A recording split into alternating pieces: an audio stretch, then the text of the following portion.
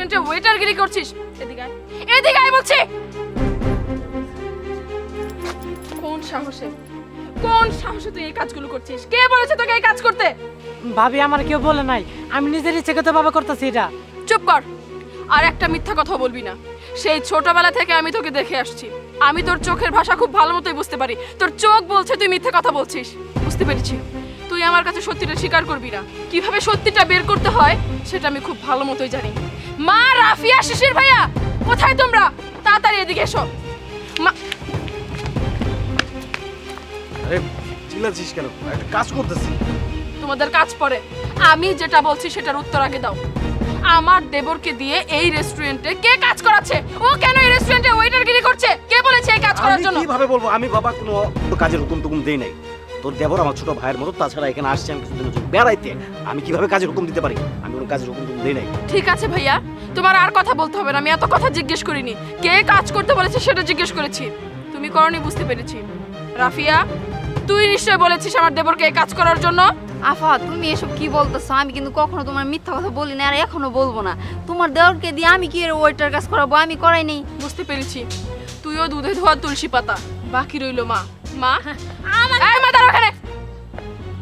খলনায়িকাদের মতো করবে না। আমি তোমাকে খুব ভালো মতোই চিনি, তুমি কোন ক্যাটাগরির মহিলা।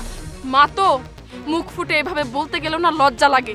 বিয়ের পর থেকে তো আমার বাবার মাথাটা খেয়েছো, আমার বাবার খেয়ে পরে ধ্বংস করে দিয়েছো। এখন এসেছো আমার শ্বশুর বাড়িতে আমাকে ধ্বংস করার জন্য। আচ্ছা মা, তুমি এই ধরনের কাজ কিভাবে করতে পারো? তুমি জানো না আমি শান্তকে কতটা স্নেহ করি, কতটা ভালোবাসি? আমার নিজের ভাইয়ের চোখে ওকে আমি দেখি।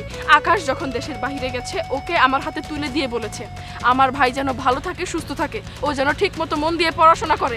আর তুমি আমার অ্যাবসেন্সে যেই দেখলে আমি বাড়িতে নেই, আমার দেবরকে দিয়ে এই ধরনের কাজ করাতে পারলে? আর একটা কথা বলবে না। সারা জীবন তোমার কথা শুনে এসেছি, এখন আমার কথা শুনতে হবে। তোমাদের ভিতরে তো ন্যূনতম কৃতজ্ঞতা বোধ নেই। যদি থাকতো এমন কাজ তোমরা করতে পারতে না। তোমরা ভুলে যেও না তোমরা সবাই আমার শ্বশুর বাড়িতে থাকো।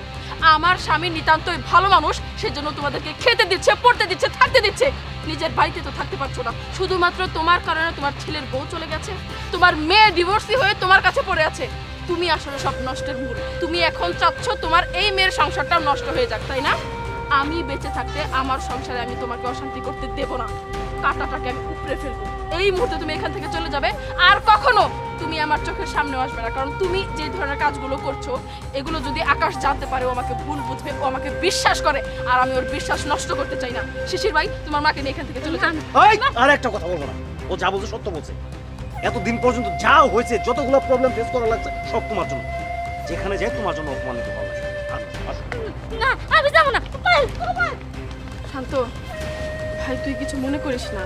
আসলে তোর মা ওই মা একটু অন্যরকম, তো এজন্য তোকে দিয়ে এই ধরনের কাজ করিয়েছে। এরপর থেকে আর এমন হবে না। তুই চল, আমার সাথে চল, মন দিয়ে পড়াশোনা করবি। কেউ তোকে একটা কিছু বললো আর তুই আমাকে না জানিয়ে কেন কাজটা করলি, আজকে তোর খবর আছে বাড়িতে।